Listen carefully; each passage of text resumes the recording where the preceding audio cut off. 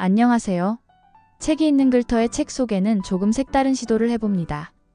저자나 등장인물이 직접 나타나 마치 독자 옆에 앉아 도란도란 이야기를 건네듯 자신의 책을 소개하는 장면으로 꾸며봤습니다. 주인공이나 작가를 직접 만난 듯 생생한 현장감을 느끼실 수 있을 겁니다. 이번 주에도 5월에 새로 나온 알짜배기 책들을 소개해드립니다. 많은 관심 부탁드립니다. 첫 번째 도서는 씨앗에서 먼지로입니다. 정원을 거니는 일은 나에게 단순히 정원사를 넘어선 깊은 사유의 시간이자 삶을 조망하는 관문입니다. 나 헤이먼은 정원에서 일하는 하루하루가 자연과 나 사이의 관계를 탐구하는 중요한 여정이라고 느낍니다. 잎 하나가 피어나는 순간을 관찰하고 새들이 이동하는 모습을 지켜보며 나무의 흔들림에 귀를 기울일 때 나는 존재의 본질을 조금씩 이해하게 되었습니다. 정원을 통해 이룬 깨달음은 자연이 단순한 배경이 아니라는 것입니다. 그것은 우리가 삶을 이해하고 존재의 리듬을 찾아가는 과정에 있어 필수적인 언어와 같은 것입니다. 그 속에서 나는 죽음과 삶, 빛과 어둠의 경계를 확실히 느끼고 이를 서로 반영하며 살아가는 전체적인 그림을 보았습니다. 이 모든 것이 씨앗에서 먼지로, 먼지에서 씨앗으로 돌아가는 순환 속에서 이루어집니다. 과거 어느 순간 나는 죽음을 선택하려 했지만 그 끝과도 같은 선택지는 오히려 나에게 삶을 기쁘게 살아갈 용기를 주었습니다. 그리하여 살아있는 지금 여기의 소중함을 매 순간 느끼게 되었습니다. 빛만을 사랑하는 것이 아니라 어둠까지 포용해야 온전한 삶을 살 수 있다는 깨달음을 얻는 데에는 시간이 필요했습니다. 내 아내인 패기와 함께 보낸 날들은 그러한 사유와 사랑이 가득한 시간이었습니다. 우리는 서로의 존재에 관심을 기울이고 노력을 쏟으며 질투나 판단 대신 순수한 마음으로 사랑했습니다. 이 책 씨앗에서 먼지로는 그 어떤 것보다 일상의 소중함에 대해 말합니다. 작은 대화, 산책, 밤하늘 보기 같은 소소한 순간들이야말로 삶의 진정한 가치임을 깨달았습니다. 나는 더 이상 무엇이 될까에 시간을 허비하지 않기로 결심했습니다. 그렇게 자연의 리듬을 따라 삶을 살고 사랑을 배우며 결국 나는 불완전한 원이라는 그 자체가 우리 인생의 반복으로 충만함을 준다는 것을 확신하게 되었습니다. 이 책을 통해 나는 여러분에게 묻고 싶습니다. 여러분은 무엇을 위해 살고 있는가요? 어떤 사랑을 하고 있으며 어떤 리듬으로 하루를 살아가고 있는지 말입니다. 이 책이 여러분에게 진정한 삶의 의미를 찾는 데 작은 불씨가 되길 바랍니다. 자연과처럼 순환하는 삶, 그리고 그 안에서 온전히 자신답게 사는 방법을 찾길 바랍니다. 두 번째 도서는 인생을 바꾸는 이메일 쓰기입니다. 안녕하세요. 저는 작가이자 창작자, 그리고 끊임없이 자신의 한계를 넘어서고자 하는 사람입니다.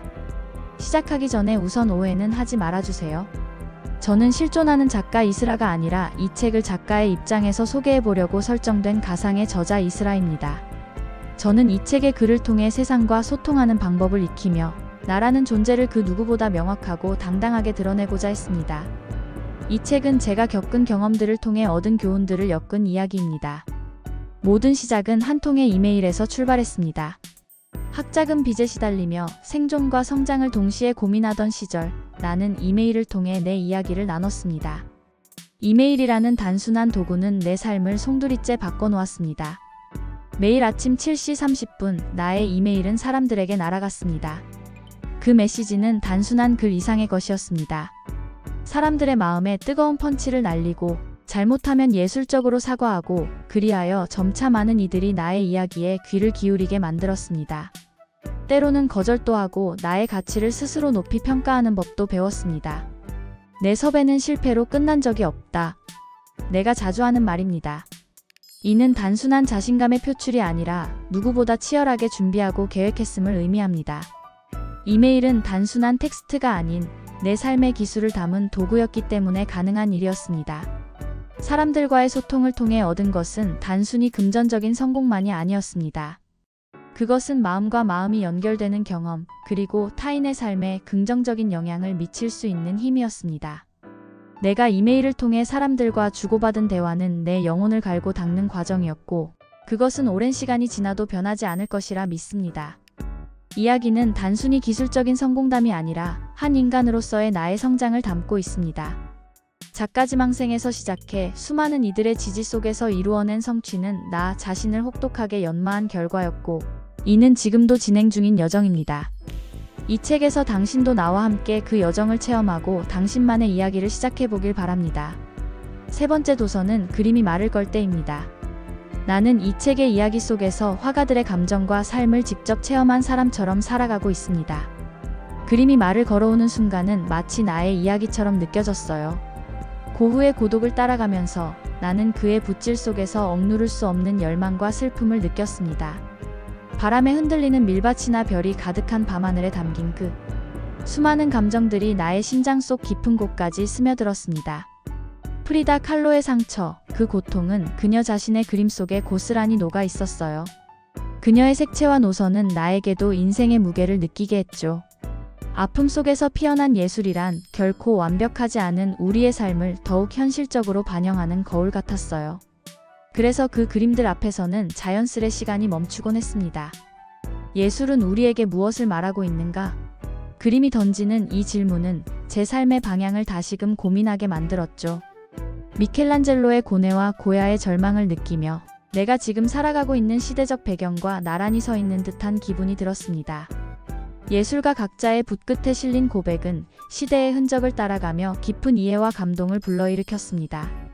라파엘 전파의 신화적인 그림들 속에서는 또 다른 이야기의 층을 발견하기도 했습니다.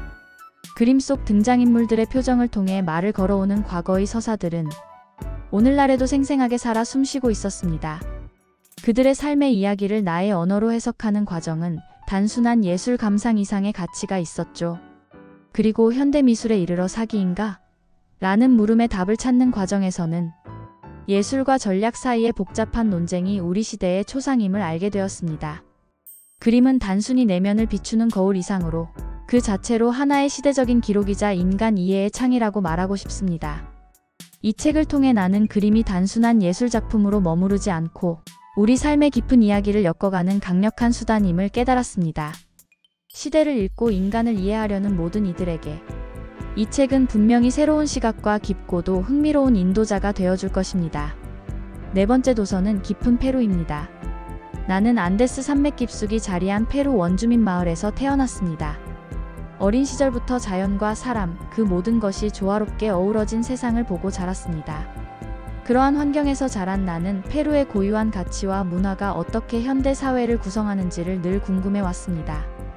어느 날 나는 페루의 역사를 더 깊이 이해하고 싶은 마음에 우리 마을의 노인들로부터 이야기를 듣기 시작했습니다.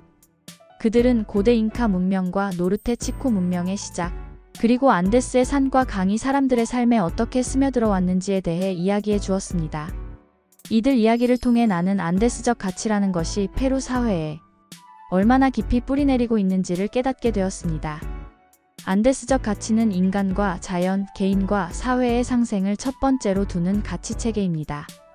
이는 페루가 고유의 문화적 연속성을 유지하도록 하는데 큰 역할을 했고, 현대 페루가 직면한 여러 사회 문제와 불평등을 해결하는 열쇠가 될 수도 있음을 알았습니다.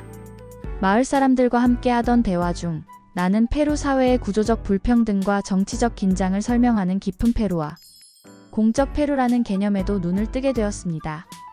깊은 페루는 우리와 같은 원주민이 수세기에 걸쳐 지켜온 삶의 방식이며, 공적 페루는 이를 둘러싼 중앙 권력 구조를 의미합니다. 이는 페루 사회에서 느끼게 되는 불평등의 근원이기도 합니다. 리마와 같은 대도시로 이주한 많은 이들도 여전히 깊은 페루의 가치를 마음속에 간직하고 삶을 영위하고 있습니다. 이런 가운데 나는 이 가치들이 어떻게 서로 다른 생태 환경과 결합해 새로운 사회적 정체성을 만들어가는지를 이해하게 되었습니다. 이 책을 통해 나는 페루의 역사를 단순히 탐구하는 것이 아니라 우리 조상이 지켜온 지혜와 가치를 어떻게 현대 사회 속에서 새롭게 꽃피울 수 있을지를 고민했습니다. 안데스적 가치는 비단 페루만의 것이 아니라 라틴 아메리카, 나아가 세계 모든 이들에게 인간과 자연, 문화가 조화롭게 공존할 수 있는 미래를 제시할 수 있다고 믿습니다.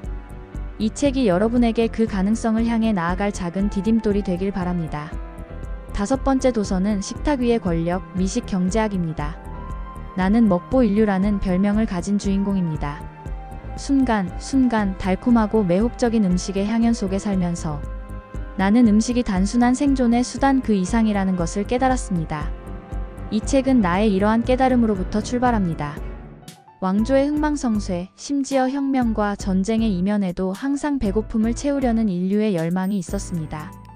우리가 흔히 대단한 발명이나 결정적인 전투로만 기억하는 역사적 사건들이 사실은 음식, 그 중에서도 그 무게는 작지만 영향력은 막대한 후추 한 알로부터 출발했다는 이야기를 들려드리고 싶습니다. 당시 후추는 금과 맞먹는 가치가 있었습니다. 나는 이 이야기를 통해 조그마한 향신료가 어떻게 세계사를 뒤흔들었는지 직접 경험한 듯한 느낌을 여러분께 전하고 싶습니다. 그렇기에 이 책은 단지 역사나 경제 이야기가 아닌 인류의 본능적 갈망에 관한 탐구입니다. 미국의 독립전쟁이 차 한 잔으로 촉발되었던 사건이나 사탕수수, 재배가 노예제를 확산시켰던 역사적 아이러니는 그 시대를 살던 사람들의 배고픔이 얼마나 절박했는지를 보여줍니다. 이처럼 여러분이 일상에서 흔히 지나쳤던 음식에도 숨겨진 역사와 경제, 논리가 있다는 사실을 깨닫게 되면 세상을 보는 눈이 달라질 것입니다. 마지막으로 우리의 식욕이 문명을 발전시키고 사회의 변화를 이끌었다는 사실이 이 책의 핵심입니다. 나는 이 책을 통해 여러분이 음식을 바라보는 새로운 시각을 가지길 바랍니다. 맛있는 음식을 탐닉하며 역사를 바꾼 먹보. 인류의 이야기는 이제 여러분의 상상력을 자극할 준비가 되었습니다. 이 흥미로운 여행을 통해 우리의 식탁 너머에 숨겨진 비밀을 함께 탐구해 봅시다. 이번 주 신간은 어땠나요? 마음을 움직이게 한 책이 있다면 근처 서점에 가서 둘러보세요. 서점엔 훨씬 다양한 책들이 기다리고 있습니다. 영상 끝까지 시청해 주셔서 감사합니다. 유익한 책 소개였다면 좋아요, 구독 부탁드립니다. 한 주에 한 번은 뵙겠습니다. 감사합니다.